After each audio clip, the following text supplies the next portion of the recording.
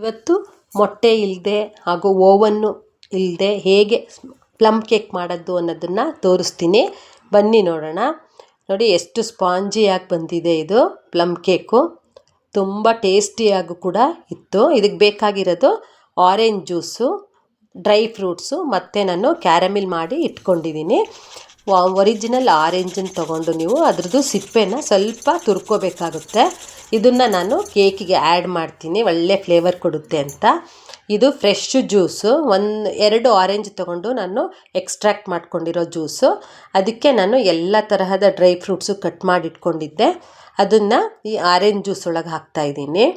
ಮತ್ತು ನಾನು ಸಕ್ಕರೆ 1 ಬೌಲಷ್ಟು ತೊಗೊಂಡಿದ್ದೆ, ಅದು ಕ್ಯಾರಮಿಲ್ ಮಾಡಿ ಇಟ್ಕೊಂಡಿದ್ದೆ. ಅರ್ಧದಷ್ಟು ಸಕ್ಕರೆ ಕ್ಯಾರಮಿಲ್ನ ನಾನು ಈ ಜ್ಯೂಸಿಗೆ ಬೆರೆಸ್ತಾ ಇದ್ದೀನಿ. ಯಾಕೆ ಅಂದರೆ ಇದನ್ನು ಡ್ರೈ ಫ್ರೂಟ್ಸ್ನೆಲ್ಲ ನಾನು ಇದರೊಳಗೆ ಮಿಕ್ಸ್ ಮಾಡಿ ಒಂದು ಓವರ್ನೈಟ್ ಫುಲ್ಲು ಇದು ಮ್ಯಾರಿನೇಟ್ ಆಗಲಿ ಅಂತ ಇಡೋಣ ಅಂತ ಆ ಥರ ಮಾಡಿದ್ದೀನಿ. ಇದು ನನಗೆ ಟೈಮ್ ಇತ್ತು, ಹಾಗಾಗಿ ನಾನು ಹಿಂದಿನ ದಿನ ರಾತ್ರಿಯೇ ಈ ಜ್ಯೂಸನ್ನು ತೆಕ್ಕೊಂಡು ಈ ಥರ ಮಾಡಿದ್ದೀನಿ. ಆರೆಂಜ್ ಸಿಪ್ಪೆನ ನಾನು ತುರ್ಕೊಂಡಿದ್ನಲ್ಲ, ಅದನ್ನು ಸಹ ಈ ಜ್ಯೂಸ್ ಒಳಗೆ ಹಾಕಿ ಇಡ್ತಾಯಿದ್ದೀನಿ. ಇದು ಫುಲ್ಲು 1 ನೈಟ್ ಫುಲ್ಲು ಮ್ಯಾರಿನೇಟ್ ಆಗಲಿ ಅಂತ. ಇದಕ್ಕೆ ಬೇಕಾಗಿರೋದು ನಾನು 1 ಇಂಚಷ್ಟು ಚಕ್ಕೆ, 3 ಏಲಕ್ಕಿ, 4 ಲವಂಗ ಹಾಗೂ ಮೆಣಸು ತೊಗೊಂಡಿದ್ದೀನಿ. ಇದನ್ನು ಪೌಡ್ರು ಮಾಡ್ಕೋಬೇಕಾಗತ್ತೆ. ಇದು ಹಾಕೋದ್ರಿಂದ ಕೇಕು ತುಂಬ ಟೇಸ್ಟಿಯಾಗಿರುತ್ತೆ ಮತ್ತು ಫ್ಲೇವರ್ ತುಂಬ ಚೆನ್ನಾಗಿರುತ್ತೆ ಅಂತ ಅದನ್ನು ನಾನು ಗ್ರೈಂಡ್ರ್ ಮಾಡಿ ಇಟ್ಕೊತೀನಿ. ಇದು ನೋಡಿ, ನಿನ್ನೆ ರಾತ್ರಿ ನಾನು ನೆನೆಸಿಟ್ಟಿದ್ದು ಎಲ್ಲ ಎಷ್ಟು ಚೆನ್ನಾಗಿ ಹೀರ್ಕೊಂಡಿದೆ. ಡ್ರೈ ಫ್ರೂಟ್ಸ್ ಎಲ್ಲ ಚೆನ್ನಾಗಿ ರಸನೆಲ್ಲ ಹೀರ್ಕೊಂಡಿದೆ. ಇದಕ್ಕೆ ನಾನು ಕ್ಯಾರಮಿಲ್ ಮಾಡಿದ್ದಂತಹ ಶುಗರ್ ಸಿರಪ್ಪನ್ನು ಹಾಕಿರೋದ್ರಿಂದ ಎಲ್ಲ ಡ್ರೈ ಫ್ರೂಟ್ಸು ಸ್ವಲ್ಪ ಟೇಸ್ಟಿಯಾಗಿ ಸಿಹಿಯಾಗಿರುತ್ತೆ ಅಂತ ಆ ಥರ ಮಾಡಿದೆ. ಇದಕ್ಕೆ ನಾನು 1 ಕಪ್ಪಷ್ಟು ಮೈದಾ ಹಿಟ್ಟು ತೊಗೊಂಡಿದ್ದೀನಿ. ನಿಮಗೆ ಬೇಕಾದರೆ ನೀವು ಗೋಧಿ ಹಿಟ್ಟಲ್ಲೂ ಮಾಡ್ಬೋದು. ನೋಡಿ, ಇದು ಸ್ವಲ್ಪನೇ ಇಂಗ್ರೀಡಿಯೆಂಟ್ ಇದ್ದಿದ್ದರಿಂದ ನೈಸಾಗಿ ಪೌಡ್ರ್ ಆಗಲಿಲ್ಲ ಎಲ್ಲ ಮಸಾಲೆಗಳು, ಹಾಗಾಗಿ ಹಾಗೆ ಇಟ್ಕೊಂಡಿದ್ದೀನಿ. ಇದನ್ನು ಜರಡಿ ಹಿಡ್ಕೊತೀನಿ. ಇದಕ್ಕೆ ನಾನು 3 ಸ್ಪೂನಷ್ಟು ಹಾಲಿನ ಪುಡಿ ಬೆರೆಸ್ದೆ. ಮತ್ತು ಇದಕ್ಕೆ ಬೇಕಿಂಗ್ ಸೋಡಾ ಮತ್ತು ಬೇಕಿಂಗ್ ಪೌಡರು 2 ಮಿಕ್ಸ್ ಮಾಡ್ತಾಯಿದ್ದೀನಿ. ಇದು ಫುಲ್ಲು 1 ಸ್ಪೂನಷ್ಟು ಬೇಕಿಂಗ್ ಸೋಡಾ ಹಾಕ್ತಾಯಿದ್ದೀನಿ ಮತ್ತು 1/4 ಸ್ಪೂನಷ್ಟು ಬೇಕಿಂಗ್ ಪೌಡರು, 1 ಸ್ಪೂನಷ್ಟು ಬೇಕಿಂಗ್ ಪೌಡ್ರು, 1/4 ಸ್ಪೂನಷ್ಟು ಬೇಕಿಂಗ್ ಸೋಡಾ, 1 ಚಿಟಿಕೆ ಉಪ್ಪಷ್ಟು ಹಾಕಿ ಈ ಥರ ಜರಡಿ ಇಟ್ಕೋಬೇಕಾಗುತ್ತೆ. ನಾನು ಇದು ಮಸಾಲೆ ಪೌಡ್ರ್ ಮಾಡ್ಕೊಂಡಿದ್ನಲ್ಲ, ಚಕ್ಕೆ, ಲವಂಗ ಮತ್ತು ಏಲಕ್ಕಿ, ಮೆಣಸು, ಅದು ಮತ್ತು ಒಂದು ಅರ್ಧ ಪ್ಯಾಕೆಟಷ್ಟು ಬ್ರೂ ಪೌಡರ್ಸ್ ಕೂಡ ಬೆರೆಸ್ತಾ ಇದ್ದೀನಿ ನಾನು. ಯಾಕಂದರೆ ಅದು ಕಲ್ಲರು ಕೊಡುತ್ತೆ, ಜೊತೆಗೆ ಒಳ್ಳೆ ಟೇಸ್ಟು ಇರುತ್ತೆ ಅಂತ. ಇದನ್ನು ಚೆನ್ನಾಗಿ ನೀವು ಮಿಕ್ಸ್ ಮಾಡ್ಕೋಬೇಕು ಪೌಡರ್ನ, ಡ್ರೈ ಇಂಗ್ರೀಡಿಯೆಂಟ್ಸ್ನೆಲ್ಲ. ಆಮೇಲೆ ಮ್ಯಾರಿನೇಟ್ ಮಾಡಿರೋ ಅಂತಹ ಆರೆಂಜ್ ಜ್ಯೂಸು ಫುಲ್ಲು ಹಾಕ್ಬಿಟ್ಟು ನಾನು ಇದನ್ನು ಕಲಿಸ್ಕೊಳ್ತಾ ಇದ್ದೀನಿ. ಇದಕ್ಕೆ ಎಷ್ಟು ಬೇಕೋ ಅಷ್ಟು ಹಾಲು ಮಾತ್ರ ಮಿಕ್ಸ್ ಮಾಡ್ತಾಯಿದ್ದೀನಿ. ನಾನು ಜಾಸ್ತಿ ಹಾಲು ತೊಗೊಂಡಿಲ್ಲ. ಆಮೇಲೆ ಎಣ್ಣೆನೂ ಅಷ್ಟೇ ಸನ್ಫ್ಲವರ್ ಆಯಿಲ್ ತೊಗೊಂಡಿದ್ದೀನಿ ನಾನು. ಇದಕ್ಕೆ ಯಾವುದಾದ್ರೂ ಫ್ಲೇವರ್ ಇರೋ ಎಣ್ಣೆನ ಹಾಕ್ಕೋಬಾರ್ದು, ಯಾಕಂದರೆ ಅಷ್ಟು ನಿಮಗೆ ರುಚಿ ಚೆನ್ನಾಗಿ ಕೊಡಲ್ಲ. ನಾನಿದು ಸನ್ಫ್ಲವರ್ ಹಾಕ್ಕೊಂಡಿದ್ದೀನಿ.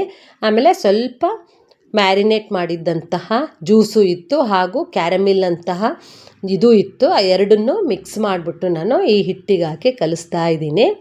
ಸೊ ಇದು ಸ್ವಲ್ಪ ಗಟ್ಟಿ ಅನ್ನಿಸ್ತಾ ಇದೆ ನನಗೆ, ಅದಕ್ಕೆ ನಾನು 2ರಿಂದ 3 ಚಮಚದಷ್ಟು ಹಾಲು ಬೆರೆಸ್ತಾ ಇದ್ದೀನಿ ಅಷ್ಟೇ. 1/4 ಕಪ್ಪು ತೊಗೊಂಡಿದ್ದೆ, ಆದರೆ 1/4 ಕಪ್ಪಷ್ಟು ಬೇಡ ಅಂತ ಅನ್ನಿಸ್ತು. ಯಾಕಂದರೆ ಇದು ಸ್ವಲ್ಪ ಗಟ್ಟಿಯಾಗೇ ಇರಬೇಕು ಈ ಮಿಶ್ರಣ. ನಾವು ತುಂಬ ಅಳಕವಾಗಿ ನಾವು ಕಲಿಸ್ಬಿಟ್ರೆ ಡ್ರೈ ಫ್ರೂಟ್ಸ್ ಎಲ್ಲ ಏನಾಗುತ್ತೆ ಅಂತಂದರೆ ಬೌಲಲ್ಲಿ ಹೋಗಿ ತಳದಲ್ಲಿ ನಿಂತ್ಕೊಂಡ್ಬಿಡುತ್ತೆ. ಹಾಗಾಗಿ ಇದು ಸ್ವಲ್ಪ ಗಟ್ಟಿಯಾಗೇ ಮಾಡ್ಕೋಬೇಕು ಪ್ಲಮ್ ಕೇಕ್ ಮಾಡುವಾಗ. ಸೊ ನೋಡಿ, ಈಗ ಇನ್ನೂ 1 ಚಮಚ ಹಾಲು ಬೇಕಾಯಿತು, ಅದನ್ನು ಮಿಕ್ಸ್ ಮಾಡಿ ಹಾಕ್ಕೊಂಡೆ. ಇದನ್ನು ಟಿನ್ನಿಗೆ ನಾನು ಟ್ರಾನ್ಸ್ಫರ್ ಮಾಡ್ಕೊಳ್ತಾ ಇದ್ದೀನಿ. ಬಟರ್ ಪೇಪರ್ ಎಲ್ಲ ಹಾಕಿಟ್ಕೊಂಡಿದ್ದೆ ಮುಂಚೆನೇ. ಇದನ್ನೆಲ್ಲ ನಾನು ಆ ಟಿನ್ನಿಗೆ ಹಾಕಿಬಿಟ್ಟು ಮೇಲೆ ಮತ್ತೆ ನನಗೆ ಅದಕ್ಕೆ ಬೇಕಾಗಿರೋಂಥ ಸ್ವಲ್ಪ ಡ್ರೈ ಫ್ರೂಟ್ಸ್ ಎಲ್ಲ ಕಟ್ ಮಾಡಿ ಇಟ್ಕೊಂಡಿದ್ದೆ. ಬಾದಾಮಿ, ಕಪ್ಪು ದ್ರಾಕ್ಷಿ, ಚೆರಿ ಫ್ರೂಟು ಮತ್ತು ಸ್ವಲ್ಪ ಟೂಟಿ ಫ್ರೂಟಿ ಇವೆಲ್ಲ ಇತ್ತು. ಸೊ ಅದನ್ನೆಲ್ಲ ಮೇಲೆ ಡೆಕೋರೇಟ್ಗೆ ಹಾಕಿ ಇಟ್ಕೊಂಡಿದ್ದೀನಿ. ನೋಡಿ, ಈ ಥರ ಹಾಕಿಟ್ಕೊಂಡಿದ್ದೀನಿ. ಇದನ್ನು ಏನು ಮಾಡ್ತೀನಿ, ನಾನು ಮುಂಚೆನೇ ಒಂದು ಕುಕ್ಕರ್ನ ನಾನು ಹೀಟಿಗೆ ಮಾಡೋಕ್ಕೆ ಇಟ್ಟಿದ್ದೆ. ಆ ಕುಕ್ಕರ್ ಒಳಗೆ ಇಟ್ಕೋಬೇಕಾಗುತ್ತೆ. ಸೊ ನಾನೇನು ಓವನ್ ಬಳಸ್ತಾ ಇಲ್ಲ ಇಲ್ಲಿ. ಇಲ್ಲಿ ಆರ್ಡಿನರಿ ಕುಕ್ಕರ್ನೇ ತೊಗೊಂಡು ನಾನು ಅದಕ್ಕೊಂದು ಪ್ಲೇಟ್ ಇಟ್ಬಿಟ್ಟು ಅದ್ರ ಒಳಗೆ ಇದನ್ನು ಟಿನ್ನನ್ನು ಇಡ್ತಾಯಿದ್ದೀನಿ. ಇದನ್ನು ನಾವು ಮುಚ್ಚಿ ಇಟ್ಬಿಡಬೇಕು. ಆವಾಗ ಮುಚ್ಚಳ ತೆಗೆದು ನೋಡಬಾರ್ದು. ಸೊ 45-50 ನಿಮಿಷ ಆಯಿತು, ಬೆಂದಿದೆಯಾ ಅಂತ ನೋಡಿದೆ ನಾನು. ಇದನ್ನು ಒಂದು ಚಾಕು ಸಹಾಯದಿಂದ ನೋಡಿದೆ. ನೋಡಿ, ಚಾಕುಗೆ ಸ್ವಲ್ಪನೂ ಅಂಟ್ಕೊಂಡಿಲ್ಲ. ಅದಕ್ಕೆ 2 ಕಡೆನೂ ಟೆಸ್ಟ್ ಮಾಡಿದೆ. ನೋಡಿ, ಈಗಲೂ ಅಷ್ಟೇ ನೀಟಾಗಿ ಬಂತು, ಎಲ್ಲೂ ಅಂಟ್ಕೊಳ್ಳಿಲ್ಲ. ಹಾಗಾಗಿ ಇದು ಕರೆಕ್ಟಾಗಿ ಬೆಂದಿದೆ ಅಂತ. ಸೊ ಗ್ಯಾಸ್ ಆಫ್ ಮಾಡಿದೆ. ಇದನ್ನೇನು ಮಾಡಬೇಕು ಅಂತಂದರೆ, ಒಂದು ಯಾವುದಾದ್ರೂ ಒಳ್ಳೆ ಬಟ್ಟೆಯಿಂದ ಮುಚ್ಚಿ ಇಟ್ಬಿಡಬೇಕು. ಯಾಕಂದರೆ ಮೇಲ್ಗಡೆ ಸ್ವಲ್ಪ ಡ್ರೈನೆಸ್ ಆಗಬಾರ್ದು ಅಂಥೇಳಿ. ಇದು ಚೆನ್ನಾಗಿ ಆರಿದ ಮೇಲೆ ನಾವು ಬಟರ್ ಪೇಪರೆಲ್ಲ ತೆಗೆದು ಆಮೇಲೆ ಕಟ್ ಮಾಡ್ಬೋದು. ನೋಡಿ, ಇವಾಗ ಪೂರ್ತಿ ಆರೋಗಿದೆ, ತಣ್ಣಗಿದೆ. ಈಗ ಬಟರ್ ಪೇಪರ್ ತೆಗೆದ್ರೆ ತಾನಾಗೆ ಈಚೆಗೆ ಬರುತ್ತೆ. ಯಾವುದೇ ತರಹ ಕಷ್ಟನೇ ಇಲ್ಲ. ಇದು ನೋಡಿ ಎಷ್ಟು ಈಸಿಯಾಗಿ ಬರ್ತಾಯಿದೆ. ಕಲ್ಲರು ಅಷ್ಟೇ ಎಷ್ಟು ಬ್ಯೂಟಿಫುಲ್ಲಾಗಿ ಬಂದಿದೆ. ತುಂಬ ಚೆನ್ನಾಗಿ ಬಂದಿದೆ. ಒಳ್ಳೆ ಸ್ಪಾಂಜ್ ಟೈಪಲ್ಲಿದೆ. ಆಮೇಲೆ ನಾನು ಹಾಕಿದ್ದು 1 ಇಂಚಷ್ಟು ಇದು ಮಿಕ್ಸು. ಇದು ನೋಡಿದ್ರೆ 2.5 ಇಂಚಷ್ಟು ಎತ್ತರ ಬಂದಿದೆ. ತುಂಬ ಚೆನ್ನಾಗಿದೆ ನೋಡೋಕ್ಕೂ. ಟೇಸ್ಟು ಅಷ್ಟೇ ತುಂಬ ಚೆನ್ನಾಗಿರುತ್ತೆ ಈ ಥರ ಎಲ್ಲ ನೀವು ಮಾಡೋದ್ರಿಂದ. ಆಮೇಲೆ ಆರ್ಡಿನರಿ ಮನೆಯಲ್ಲಿ ಏನೇನು ಸಿಗುತ್ತೋ ಆ ಇಂಗ್ರೀಡಿಯೆಂಟಿಂದನೇ ಮಾಡಿರೋದಿದು. ನೋಡಿ ಎಷ್ಟು ಕ್ಲೀನಾಗಿ ಬಂತು. ಬಟರ್ ಪೇಪರ್ ತೆಗೆದ್ರೆ ಒಳ್ಳೆ ಜ್ಯೂಸಿಯಾಗೂ ಬಂದಿದೆ. ಎಷ್ಟು ಹೈಟ್ ಬಂದಿದೆ ಅಂದರೆ, ನಾನು ಹಾಕಿದ್ದು 1 ಇಂಚಿಗೆ ಇದು 2.5 ಆಲ್ಮೋಸ್ಟ್ 2.25 ಇಂಚಷ್ಟು ಹೈಟು ಬಂತು.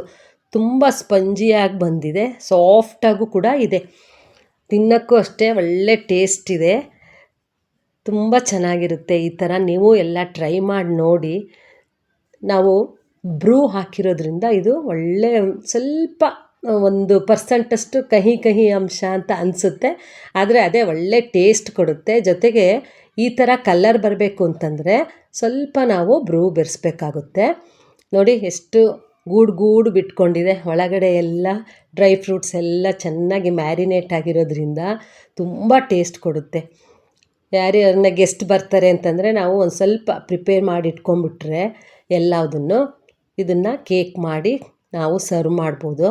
ಆಮೇಲೆ ನಾವೇ ಮಾಡಿದ್ದೀವಿ ಅನ್ನೋ ಖುಷಿ ತುಂಬ ಇರುತ್ತೆ.